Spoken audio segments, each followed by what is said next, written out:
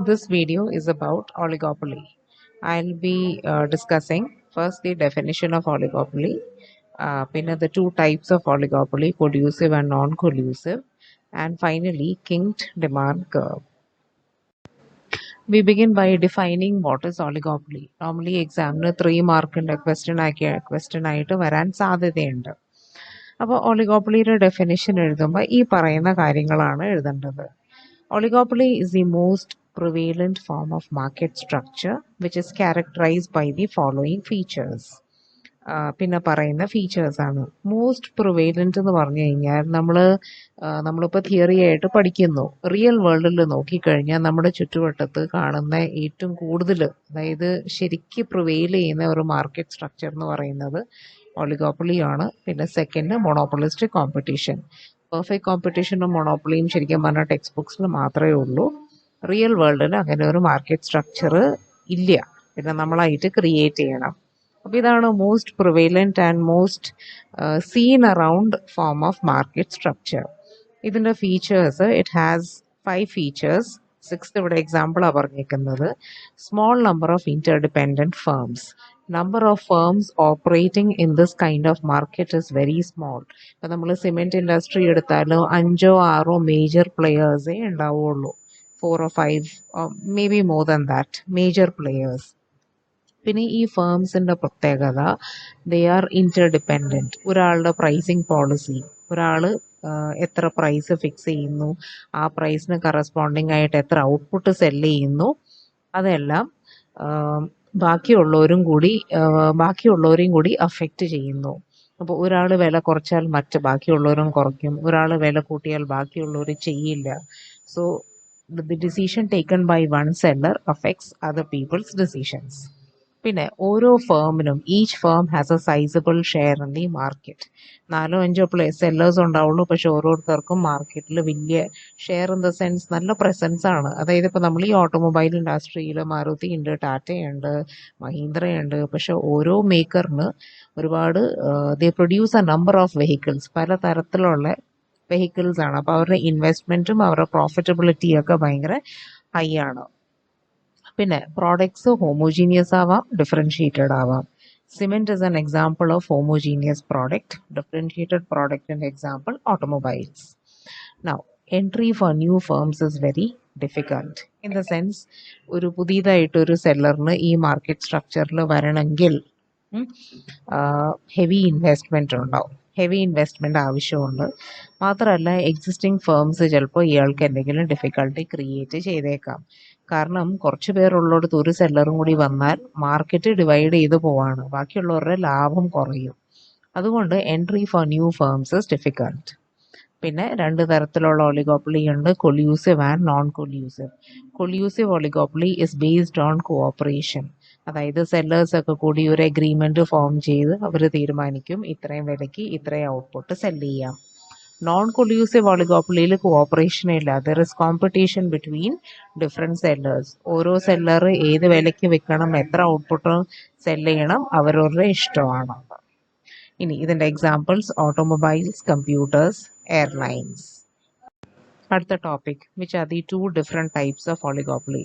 ഞാൻ നേരത്തെ മെൻഷൻ ചെയ്തു, collusive or cooperation and competition or non കൊല്യൂസീവ്.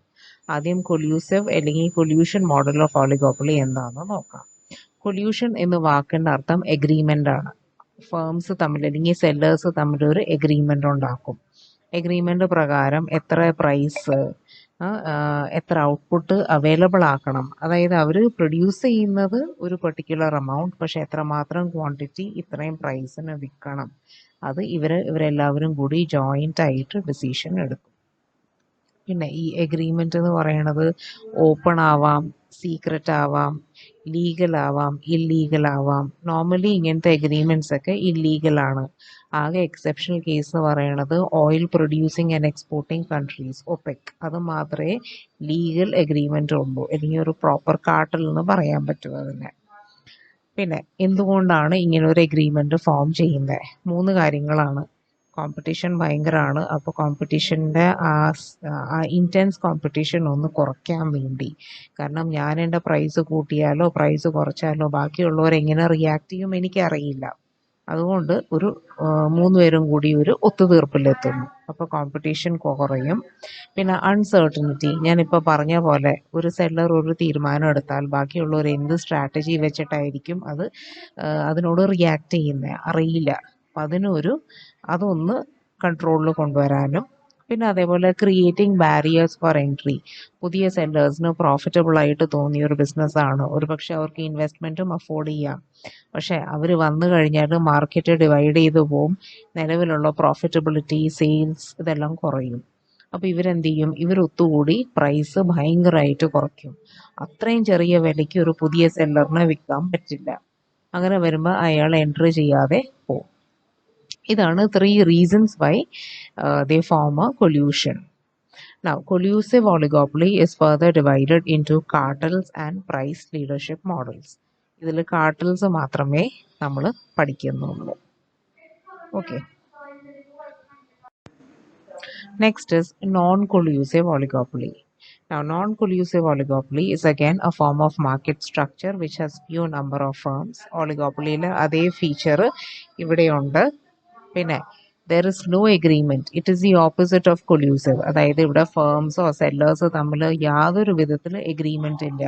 പ്രൈസിന്റെ കാര്യത്തിലാവാം, ഔട്ട്പുട്ടിന്റെ കാര്യത്തിലാവാം. സെല്ലിംഗ് സ്ട്രാറ്റജി എന്ന് പറഞ്ഞാൽ എങ്ങനത്തെ അഡ്വർടൈസിങ് സ്ട്രാറ്റജി വേണം, എങ്ങനെ വേണം പ്രോഡക്ട്സ് സെല്ല് ചെയ്യാൻ, അല്ലെങ്കിൽ എവിടെ നമ്മളിപ്പോൾ ചില ആൾക്കാർ പോയിന്റ് ഓഫ് സെയിൽ, അതായത് കടയിൽ കൊണ്ടുവയ്ക്കുന്നു, അല്ലെങ്കിൽ ചില ആൾക്കാർ ഓൺലൈൻ എങ്ങനെ വേണം സെല്ല് ചെയ്യാൻ, അതാണ് സെല്ലിംഗ് സ്ട്രാറ്റജി.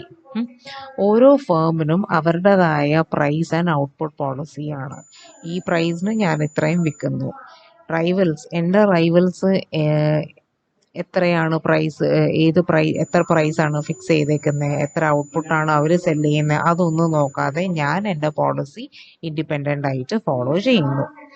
ഈ ഒരു മാർക്കറ്റിൽ ഭയങ്കര കോമ്പറ്റീഷനാണ്. ഓക്കെ, അപ്പോൾ ഈ നോൺ കൊല്യൂസീവ് ഒളിഗോപ്പൊളിയിൽ ഇത്രയും കോമ്പറ്റീഷൻ ആയതുകൊണ്ട് പ്രൈസ് ഇവർ ചേഞ്ച് ചെയ്യില്ല. പ്രൈസ് റിലേറ്റീവ്ലി സ്റ്റേബിൾ ആക്കിയിട്ട് ബാക്കി അഡ്വർടൈസിങ്, ബ്രാൻഡിങ്, അവരുടെ ബ്രാൻഡിന് ഒരു പേര് കൊടുത്തിട്ട് ആ പേര് എസ്റ്റാബ്ലിഷ് ചെയ്തെടുക്കുക, അങ്ങനെയാണ് അവരുടെ സെയിൽസ് കൂട്ടുന്നത്.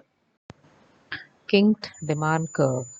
ഈ പറയുന്ന ഒരു തരത്തിലുള്ള ഡിമാൻഡ് കർവ് ഒളിഗോപൊളിസ്റ്റിക് മാർക്കറ്റ് സ്ട്രക്ചറിൽ മാത്രമേ നമ്മൾ കാണുന്നുള്ളൂ. നമ്മൾ പെർഫെക്റ്റ് കോമ്പറ്റീഷൻ എടുക്കുകയാണെങ്കിൽ ഡിമാൻഡ് കർവ് എന്ന് പറയുന്നത് പെർഫെക്റ്റ്ലി ഇലാസ്റ്റിക് ആണ്, എക്സ് ആക്സിസിനോട് പാരലൽ ആയിട്ടുള്ള ഒരു ലൈനാണ്.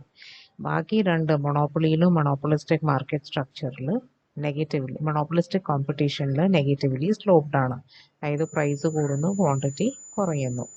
പക്ഷെ oligopolistic market structure, kink demand curve വരുന്നത് നോൺ കൊല്യൂസീവ് ഒളിഗോപ്പൊളിയിലാണ്, എഗ്രീമെന്റ് ഇല്ലാത്തൊരു സിറ്റുവേഷൻ. അപ്പം അങ്ങനെ വരുമ്പോൾ ഓരോരുത്തരുടെ ഡിമാൻഡ് കർവ് എങ്ങനെയായിരിക്കും നമുക്ക് പ്രെഡിക്റ്റ് ചെയ്യാൻ പറ്റില്ല.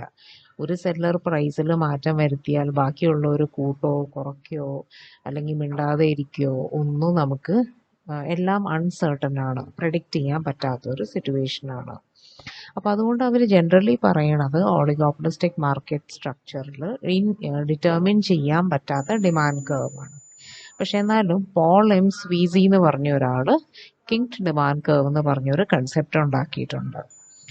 കിങ് ഡിമാൻഡ് കർവ് പ്രകാരം each firm has two market demand curves, or demand curve of the firm has two parts. Normally എല്ലാവർക്കും ഉണ്ടാവുന്ന പോലത്തെ ഒരു ഡിമാൻഡ് കർവ്, പക്ഷേ അതിന് രണ്ട് ഭാഗങ്ങളാണ്. അതായത് ഒരു പോയിന്റിലെത്തുമ്പോൾ ചെറിയൊരു ട്വിസ്റ്റ് വരുന്നു. നിങ്ങൾക്ക് ആ ഗ്രാഫ് കണ്ടാൽ അറിയാം, ഒരു പോയിന്റ് വരെ കുറച്ച് ഫ്ലാറ്റാണ്, പിന്നെ അതിന് താഴെ കുറച്ച് കുത്തനെയാവും. അപ്പോൾ അവിടെ ഒരു ചെറിയ കിങ്ക് അല്ലെങ്കിൽ ട്വിസ്റ്റ് വരുന്നു. അതുകൊണ്ടാണ് പറയുന്നത് ഓരോ ഫേമിൻ്റെയും മാർക്കറ്റ് ഡിമാൻഡ് കർവിന് 2 പാർട്സ് ആണ്. ഒരു പാർട്ട് ഇലാസ്റ്റിക് ഡിമാൻഡാണ്, ഒരു പാർട്ട് ഇൻഇലാസ്റ്റിക് ഡിമാൻഡാണ്. ഇലാസ്റ്റിക് ഡിമാൻഡ് എന്ന് വരുന്നത് when prices are high, and inelastic demand വരുന്നത് when prices are low. Now, when price increases, demand becomes elastic. അതായത് നമ്മൾ വില കൂട്ടുമ്പോൾ എത്രമാത്രം നമ്മൾ വില കൂട്ടുന്നു അതിനേക്കാളും കൂടുതലാണ് ഡിമാൻഡ് കുറയുന്നത്. അതുകൊണ്ടാണ് നമ്മൾ പറയുന്നത് ഹൈ പ്രൈസസ് ഇലാസ്റ്റിക് ഡിമാൻഡ്. ചെറുതായിട്ട് പ്രൈസ് കൂട്ടുന്നു, പക്ഷെ ഡിമാൻഡ് അതിനേക്കാളും കൂടുതൽ കുറയുന്നു. അതാണ് one part of the demand curve. Second part of the demand curve എന്ന് പറയുന്നത് കിങ്കിന് ശേഷം, ആ ട്വിസ്റ്റിന് ശേഷം low prices and inelastic demand. അതായത് പ്രൈസ് കുറയ്ക്കുന്നു. പ്രൈസ് കുറയ്ക്കുമ്പോൾ നാച്ചുറലി ഡിമാൻഡ് കൂടും. പക്ഷേ ഇവിടെ പ്രതീക്ഷിക്കുന്ന അത്രയും ഡിമാൻഡ് കൂടുന്നില്ല. അതുകൊണ്ട് നമ്മൾ പറയുന്നു when price decreases demand becomes inelastic. അതായത് lesser change in demand than price. Price നമ്മൾ 10% കുറച്ചാൽ ഡിമാൻഡ് കൂടുന്നത് അല്ലെങ്കിൽ സെയിൽസ് കൂടുന്നത് ചിലപ്പോൾ 5% ആയിരിക്കാം. പ്രൈസ് 10% കൂട്ടിക്കഴിഞ്ഞാൽ ചിലപ്പോൾ 20% ആയിരിക്കും സെയിൽസ് കുറയുന്നത്. അപ്പോൾ high prices elastic demand. When you increase price demand ഭയങ്കരമായിട്ട് കുറയുന്നു. ലോ പ്രൈസസ് ഇൻഇലാസ്റ്റിക് ഡിമാൻഡ്, ചെറുതായിട്ട് ഡിമാൻഡ് കൂടുന്നുള്ളൂ. അത് എന്തുകൊണ്ടാണെന്ന് ഇനി നമുക്ക് ഗ്രാഫ് എക്സ്പ്ലെയിൻ ചെയ്യുമ്പോൾ മനസ്സിലാവും. ഇതാണ് കിങ്ഡ് ഡിമാൻഡ് കർവിൻ്റെ ഡയഗ്രാം. അപ്പോൾ എക്സ് ആക്സിസിൽ ഔട്ട്പുട്ട്, വൈ ആക്സിസിൽ പ്രൈസ്, കോസ്റ്റ്, റവന്യൂ, 3 കാര്യങ്ങളാണ്. ഓക്കെ. നൗ കെ എന്ന് പറയുന്നത് കിങ്ക് അല്ലെങ്കിൽ ഷാർപ്പ് ട്വിസ്റ്റ്, ഒരു വളവ് വരുന്നു ഡിമാൻഡ് കർവിൽ. MD1 എന്ന് പറയുന്നത് one part of demand curve where demand is elastic, അല്ലെങ്കിൽ ഇവിടെ റിലേറ്റീവ്ലി ഇലാസ്റ്റിക് എന്ന് എഴുതിയിട്ടുണ്ട്. MD2 എന്ന് പറയുന്നത് the other part of the demand curve, the second part of the demand curve where demand is inelastic. Okay. അപ്പോൾ ഈ demand elastic എന്ന് പറയുമ്പോൾ വില കൂട്ടിയാൽ ഡിമാൻഡ് ഭയങ്കരമായിട്ട് കുറയുന്നു. താഴത്തെ പോർഷനിൽ വില കുറയ്ക്കുമ്പോൾ ഡിമാൻഡ് കൂടുന്നു, പക്ഷേ വിചാരിച്ച അത്രയും കൂടുന്നില്ല. ഓക്കെ. അപ്പോൾ ഇത്രയും കാര്യങ്ങൾ നിങ്ങൾ മനസ്സിൽ വയ്ക്കുക. ഇനി ഞാൻ ഗ്രാഫിൻ്റെ എക്സ്പ്ലനേഷൻ പറഞ്ഞു തരാം. Here is the explanation for the graph. To begin with, we have a blue-green curve. ഞാൻ ബ്ലൂ ഇങ്കും ഗ്രീൻ ഇങ്കും യൂസ് ചെയ്താൽ വരച്ചേ, പക്ഷേ ക്ലാരിറ്റിക്ക് ഇത്തിരി പ്രശ്നമുണ്ട്. അപ്പോൾ ഇത്രയും ഓർത്താൽ മതി. ഒരു demand curve it is called a kinked demand curve. അതിനൊരു ട്വിസ്റ്റ് ഉണ്ട് ഒരു പോയിന്റ് കെ. അപ്പം അങ്ങനത്തെ ആ ഒരു വളവുള്ള കർവിനെയാണ് കിങ്ഡ് ഡിമാൻഡ് കർവ് എന്ന് പറയുന്നത്. ഇങ്ങനത്തെ ഒരു ഷേപ്പിന് കാരണം ബാക്കി സെല്ലേഴ്സിൽ നിന്ന് ഫേസ് ചെയ്യുന്ന കോമ്പറ്റീഷനാണ്. ഒളിഗോപ്പൊളി മാർക്കറ്റിൽ ഭയങ്കര കോമ്പറ്റീഷനാണ്. ബാക്കി സെല്ലേഴ്സ് ഏത് രീതിയിലാണ് റിയാക്ട് ചെയ്യാൻ പോകുന്നത് നമുക്ക് പറയാൻ പറ്റില്ല. Now, to begin with, the seller charges OP price for OQ quantity. OP price ന് OQ amount of products വിൽക്കുന്നു. K പോയിന്റിലാണ് ഡിമാൻഡ് കർവിൽ ഒരു കിങ് അല്ലെങ്കിൽ ഒരു ട്വിസ്റ്റ് വരുന്നത്. Now, നമ്മൾ ആദ്യം അനലൈസ് ചെയ്യുന്നത് കെ പോയിന്റിൽ അതിനേക്കാളും മുകളിലുള്ള പോർഷനാണ്.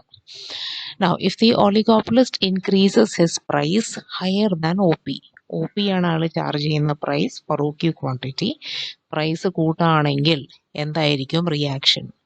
ബാക്കി സെല്ലേഴ്സ് റിയാക്ട് ചെയ്യില്ല. ബാക്കി സെല്ലേഴ്സ് ഈ സ്ട്രാറ്റജി ഫോളോ ചെയ്യില്ല. അവരവരുടെ പ്രൈസ് പഴയ പ്രൈസിൽ തന്നെ നിർത്തുന്നു. കാരണം എല്ലാവർക്കും അറിയാം പ്രൈസ് കൂടുമ്പോൾ ഡിമാൻഡ് കുറയുന്നു. അപ്പോൾ ഒരു സെല്ലർ മാത്രം പ്രൈസ് കൂട്ടുമ്പോൾ അയാളുടെ പ്രോഡക്റ്റിന് മാത്രം ഡിമാൻഡ് കുറയുന്നു. ബാക്കി പ്രോഡക്ട്സിന്റെ ഡിമാൻഡിൽ പ്രത്യേകിച്ച് മാറ്റമില്ല, കാരണം സെല്ലേഴ്സ് അതിൻ്റെ വില കൂട്ടുന്നില്ല. അപ്പോൾ നമ്മൾ ഈ അനലൈസ് ചെയ്യുമ്പോൾ പറയുന്ന സെല്ലറിന്റെ കാര്യത്തിൽ ഈ phases and elastic demand curve എന്ന് വെച്ചാൽ പ്രൈസ് അയാൾ ശകലം ഇൻക്രീസ് ചെയ്തിട്ടുള്ളൂ, പക്ഷേ ഡിമാൻഡ് കുറയുന്നു. ഫോൾ ഇൻ ഡിമാൻഡ് എന്ന് പറയുന്നത് വലിയൊരു ക്വാണ്ടിറ്റിയാണ്. പക്ഷേ 1% ഇൻക്രീസ് ഇൻ പ്രൈസ്, ചിലപ്പോൾ 10% ഡിക്രീസ് ഇൻ ഡിമാൻഡ് ആയിരിക്കാം അവിടെ സംഭവിക്കുന്നത്. അപ്പോൾ ഈ MD1 അതായത് കിങ് ഡിമാൻഡ് കർവിന്റെ അപ്പർ പോർഷൻ, അതിനെയാണ് ആ പോർഷനാണ് ഇലാസ്റ്റിക് ഡിമാൻഡ് റിപ്രസെന്റ് ചെയ്യുന്നത്. Now, suppose he decreases his price below OP. OP പ്രൈസിന് OQ വിൽക്കുന്നു, പക്ഷെ OP-നേക്കാളും പ്രൈസ് കുറയ്ക്കുന്നു. അങ്ങനെ വരുമ്പോൾ ബാക്കി സെല്ലേഴ്സും ഇത് തന്നെ ചെയ്യും. കാരണം അവരുടെ പ്രൈസ് കുറച്ചില്ലെങ്കിൽ ഈ പെർട്ടിക്കുലർ സെല്ലറിന്റെ പ്രൈസ് മാത്രം കുറയ്ക്കുന്നു, ഇയാളുടെ പ്രോഡക്റ്റ് ചീപ്പാവുന്നു, ഭയങ്കരമായിട്ട് ഡിമാൻഡ് കൂടും. അപ്പം നമ്മുടെ റൈവല് വില കുറയ്ക്കുമ്പോൾ ബാക്കിയുള്ളവരും വില കുറയ്ക്കുന്നു, സെയിം സ്ട്രാറ്റജി ഫോളോ ചെയ്യുന്നു. അങ്ങനെ വരുമ്പോൾ നമ്മൾ ഈ പറയുന്ന സെല്ലറിന്റെ കാര്യത്തിൽ ഈ phases and inelastic demand curve, അതായത് കിങ്ക് കഴിഞ്ഞിട്ടുള്ള ഒരു പോർഷൻ, താഴത്തെ lower portion of the demand curve അത് ഇൻഇലാസ്റ്റിക് ആണ്. അതായത് decrease in price brings a small increase in quantity demanded. ഇയാൾ ചിലപ്പോൾ കാര്യമായിട്ട് പ്രൈസ് കുറയ്ക്കുന്നുണ്ടാവാം, പക്ഷേ ഡിമാൻഡ് കൂടുന്നുണ്ടെങ്കിലും പ്രൊപ്പോർഷനേറ്റ് ആയിട്ടല്ല, ലെസ് ദാൻ പ്രൊപ്പോർഷനേറ്റ് ആയിട്ടാണ്. ചെറിയൊരു പോർഷൻ മാത്രമേ ഡിമാൻഡിൽ വ്യത്യാസം വരുന്നുള്ളൂ. So MD2 represents inelastic demand. അപ്പോൾ ഇലാസ്റ്റിക് ഡിമാൻഡ് അതായത് കിങ് ഡിമാൻഡ് കർവിന് ഇലാസ്റ്റിക് ഡിമാൻഡ് സൈഡും ഉണ്ട്, ഇൻഇലാസ്റ്റിക് ഡിമാൻഡ് സൈഡും ഉണ്ട്. ഇത് രണ്ടും കൂടി യോജിപ്പിച്ചിട്ടാണ് നമ്മൾ കിങ്ഡ് ഡിമാൻഡ് കർവ് വരയ്ക്കുന്നത്. അപ്പോൾ ഇത് ഒളിഗോപ്പൊളിയിൽ മാത്രം കാണുന്ന ഒരു ഫിനോമിനൻ ആണ് kinked demand curve. Now, the firm continues to operate at OP/OQ level. നമ്മൾ ആ ഗ്രാഫ് എക്സ്പ്ലെയിൻ ചെയ്തപ്പോൾ ഞാൻ പറഞ്ഞു OP പ്രൈസിന് OQ ക്വാണ്ടിറ്റി സെല് ചെയ്യുന്നു. OP പ്രൈസിനേക്കാളും കൂടുതൽ, അതായത് ഇഫ് ഈ ഇൻക്രീസസ് ഇസ് പ്രൈസ്, OPയിലും കൂടുതൽ പ്രൈസ് ഫിക്സ് ചെയ്യുകയാണെങ്കിൽ ഇയാൾക്ക് നഷ്ടം ഉണ്ടാവുന്നു, കാരണം ഡിമാൻഡ് കുറയുന്നു. പ്രൈസ് കുറയ്ക്കുകയാണെങ്കിൽ പ്രതീക്ഷിക്കുന്ന അത്രയും പ്രോഫിറ്റ് ഇയാൾക്ക് ഉണ്ടാവുന്നില്ല, കാരണം ഒപ്പം തന്നെ ബാക്കി സെല്ലേഴ്സും വില കുറയ്ക്കുന്നു. അതുകൊണ്ടാണ് പറയുന്നത് the firm continues to operate at OP/OQ level. ഒരു പ്രാവശ്യം ഒരു പ്രൈസും ഒരു പ്രോഫിറ്റ് മാക്സിമൈസിങ് ക്വാണ്ടിറ്റി കണ്ടുപിടിച്ചു കഴിഞ്ഞാൽ അതിൽ തന്നെ ഫേം സ്റ്റിക്ക് ഓൺ ചെയ്യും. ഇതാണ് ഒളിഗോപ്പൊളി മാർക്കറ്റിന്റെ പ്രത്യേകത. This phenomenon, where the oligopolist does not increase or decrease his price, is called price rigidity. അതായത് നമ്മൾ പറയുന്നില്ലേ, ഒരു പെർട്ടിക്കുലർ പ്രൈസ് ക്വാണ്ടിറ്റി ലെവലിൽ സ്റ്റിക്ക് ഓൺ ചെയ്യും, മാറ്റില്ല, അതിനെയാണ് പ്രൈസ് റിജിഡിറ്റി എന്ന് പേര് പറയുന്നത്. അപ്പം അത്രയേ ഉള്ളൂ കിങ്ഡ് ഡിമാൻഡ് കർവിന്റെ explanation. Assumptions of oligopolistic market structure, King's demand curve. Now, first is firms are profit maximizers. നമ്മൾ അസ്യൂം ചെയ്യാണ് എല്ലാ സെല്ലേഴ്സിന്റെയും ലക്ഷ്യം പ്രോഫിറ്റ് മാക്സിമൈസ് ചെയ്യാമെന്നാണ്. ഈ ഒരു കോണ്ടെക്സ്റ്റിൽ അങ്ങനെയാ. പക്ഷെ റിയാലിറ്റിയിൽ ചിലപ്പോൾ സെയിൽസ് മാക്സിമൈസേഷൻ ആവാം. സെയിൽസ് മാക്സിമൈസേഷൻ ഉദ്ദേശിക്കുന്ന സെല്ലർ പ്രൈസ് കുറച്ച് കുറയ്ക്കും, പക്ഷെ സാധനങ്ങൾ കൂടുതൽ വിറ്റ് പോകണം. അതല്ലെങ്കിൽ വേറെ ഏതെങ്കിലും എയിം ആവാം. പക്ഷെ ഇവിടെ പ്രോഫിറ്റ് മാക്സിമൈസേഷൻ ആണ് ഇവരുടെ മെയിൻ ഉദ്ദേശം. Second is all firms are established in the market are in the same stage of development. Okay, പക്ഷെ റിയാലിറ്റിയിൽ ഇങ്ങനെ ആവണം എന്നില്ല. എല്ലാ ഫേംസും ഒരുപക്ഷെ ഒരുപോലെ എസ്റ്റാബ്ലിഷ്ഡ് ആവണം എന്നുമില്ല, സെയിം ഡെവലപ്മെന്റ് സ്റ്റേജിലും ആയിരിക്കണം എന്നില്ല. ചില ഫേംസ് ഇൻട്രൊഡക്ടറി സ്റ്റേജ് ആയിരിക്കും, ചിലത് എസ്റ്റാബ്ലിഷ്ഡ് ആയിരിക്കും, ചിലത് എസ്റ്റാബ്ലിഷ്ഡ് ആയി പ്രോഡക്റ്റ് പതുക്കെ ഓബ്സൊലീറ്റ് ആയി ഔട്ട്ഡേറ്റഡ് ആയി തുടങ്ങി, ചിലപ്പോൾ മാർക്കറ്റിൽ നിന്ന് പോയേക്കാം, അങ്ങനത്തെ ഒരു സ്റ്റേജും ആയിരിക്കാം. അങ്ങനെ വരുമ്പോൾ പ്രോഫിറ്റ് മാക്സിമൈസേഷൻ ലെവലിൽ വ്യത്യാസം വരും. പക്ഷെ ഇവിടെ നമ്മൾ അസ്യൂം ചെയ്യാണ് എല്ലാ ഫേംസും എസ്റ്റാബ്ലിഷ്ഡ് ആണ്, ഒരേ ഡെവലപ്മെന്റ് ഫേസിലാണ്. മൂന്നാമത്തെ കാര്യം, ഒരു സെല്ലർ പ്രൈസ് ഇൻക്രീസ് ചെയ്യുമ്പോൾ ബാക്കിയുള്ളവർ ചെയ്യുന്നില്ല എന്ന് നമ്മൾ അസ്യൂം ചെയ്യുന്നു. പിന്നെ വേറൊരു അതേ സെല്ലർ പ്രൈസ് കുറയ്ക്കുമ്പോൾ ബാക്കിയുള്ളവർ അതേ സ്ട്രാറ്റജി ഫോളോ ചെയ്യുന്നു. പക്ഷെ ഇത് രണ്ട് അസംപ്ഷൻസ് ആണ്. റിയാലിറ്റി അതായത് ലിമിറ്റേഷൻസിൽ പറയുന്നുണ്ട് ഇങ്ങനെയല്ല, ഇതിന്റെ ഓപ്പോസിറ്റും ചിലപ്പോൾ സംഭവിച്ചേക്കാം. ഓക്കെ, ഇപ്പൊ ഇവിടെ നമ്മൾ പറയുന്നില്ല ഒരു സെല്ലർ പ്രൈസ് ഇൻക്രീസ് ചെയ്യുന്നുണ്ട്. ഇപ്പൊ ഈ ആപ്പിൾ കമ്പ്യൂട്ടേഴ്സ്, ഇവര് ചിലപ്പോൾ പ്രൈസ് കൂട്ടിയാലും ഇവർക്ക് ബ്രാൻഡ് ലോയൽ കസ്റ്റമേഴ്സ് ഉണ്ടാവും, അത്രയും ക്വാളിറ്റി ഉള്ള പ്രോഡക്റ്റ് ആണ്. അപ്പോൾ ഒരു എസ്റ്റാബ്ലിഷ്ഡ് സെല്ലർ ആണെങ്കിൽ പ്രൈസ് കൂട്ടിയാലും ചിലപ്പോൾ ഡിമാൻഡ് കുറയാതെ ഡിമാൻഡ് കോൺസ്റ്റന്റ് ആയിരിക്കും, അത്രയും തന്നെ ഡിമാൻഡും ഉണ്ടാവും, പ്രോഫിറ്റ് കൂടാൻ സാധ്യതയുണ്ട്. പിന്നെ if one seller cuts price other firms also follow, അങ്ങനെ നിർബന്ധമില്ല. പ്രൈസ് കുറയ്ക്കുകയാണെങ്കിൽ അതിൻ്റെ അർത്ഥം എവിടെയോ നമ്മൾ ക്വാളിറ്റി കുറയ്ക്കുന്നുണ്ട് എന്ന് ആ രീതിയിലും കൺസ്യൂമേഴ്സ് ചിന്തിക്കാം. അതുകൊണ്ട് ഇപ്പം ഒരു സെല്ലർ പ്രൈസ് കുറച്ചു, ബാക്കിയുള്ളവർ കുറച്ചുള്ളൂ എന്നൊരു നിർബന്ധവും ഇല്ല.